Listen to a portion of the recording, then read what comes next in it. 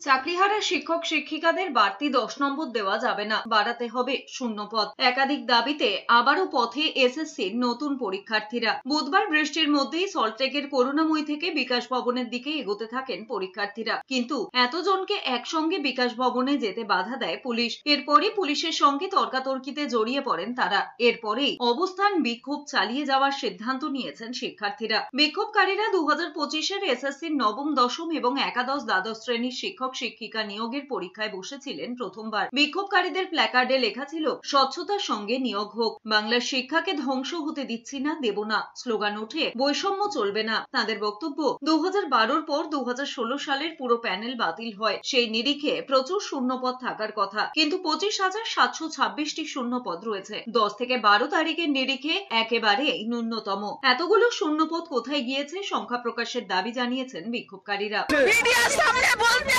যে প্রতিদিন বঞ্চিত হয়ে আমরা এরকম ভাবে কেন থাকবো?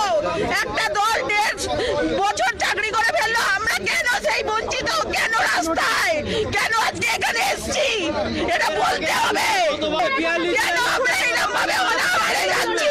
কেন বয়স্ক পিতা মাতাকে প্রতিদিন একটা ওষুধ তুলে দিতে গেলে ভাবছি কেন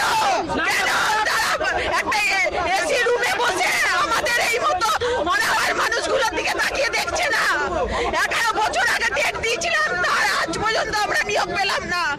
সুপ্রিম কোর্টকে পর্যন্ত রায়কে তারা ভায়োলেট করে